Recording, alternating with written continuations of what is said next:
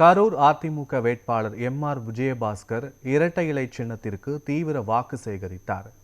காந்தி கிராமம், சக்தி நகர் உள்ளிட்ட பகுதிகளில் ஆதரவு திரட்டிய அவருக்கு பெண்கள் ஆரத்தி எடுத்தும் மலர் தூவியும் உற்சாக வரவேற்பு அளித்தனர்.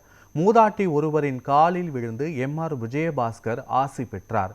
பிரச்சாரத்தின் போது பேசிய எம்.ஆர். விஜயபாஸ்கர், அதிமுக ஆட்சியில் 52 லட்சம் மாணவர்களுக்கு மடிக்கணினி, தாலிக்கு தங்கம் போன்ற திட்டங்கள் செயல்படுத்தப்பட்டதாக கூறினார். திமுக ஆட்சியில் 10 லட்சம் கோடி கடன் உயர்ந்ததும் பெரிய திட்டங்கள் இல்லை என குற்றம் சாட்டினார்.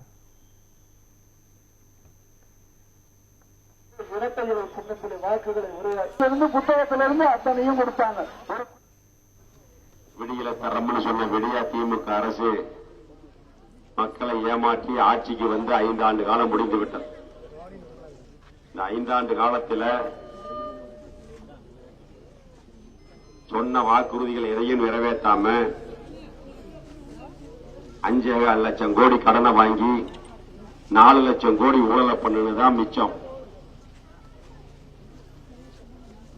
அதுல நம்ம ஊர் எம்எல்ஏ மட்டும் 1 லட்சம் கோடி ஊழல் பண்ணிருக்காரு டாஸ்மார்க்ல. தமிழ்நாடு 1947 சுதந்திரம் வாங்கி 2021 வரைக்கும் தமிழகத்தினுடைய கடன் என்பது வெறும் 4,80,000 கோடி. கொரோனா காலத்தையும் சேர்த்து.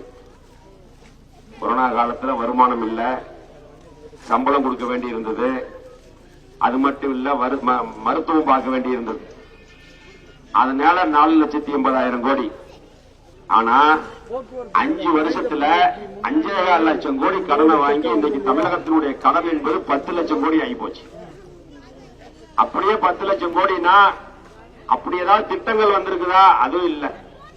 அம்மா இருந்த காலத்துல தாலிக்கு தங்கம் கொடுத்தாங்க, 8 கிராம் தங்கம். திருமணத்துக்கு உதவித்தொகை கொடுத்தாங்க. படிக்கிற குழந்தைகளுக்கு 52 லட்சம் குழந்தைகளுக்கு மடிக்கணினி கொடுத்தாங்க. கிராமத்துல ஆடு கொடுத்தோம், மாடு கொடுத்தோம், பசுமை வீடு கொடுத்தோம். கர்ப்பிணி பெண்களுக்கு 18,000 பணம் கொடுத்தோம். ஸ்கூட்டி வாங்குறதுக்கு 25,000 கொடுத்தோம். இந்த மாதிரியான திட்டம் எல்லாம் அம்மா ஆட்சியில கொடுத்தோம். எல்லாத்தையும் நிறுத்திட்டு 27 மாசத்துக்கு அப்புறம் 1,000 ரூபாய் பணம் கொடுத்தாங்க. அது பாதி பேருக்கு கொடுத்துட்டு பாதி பேருக்கு தகுதி இல்லைன்ட்டாங்க.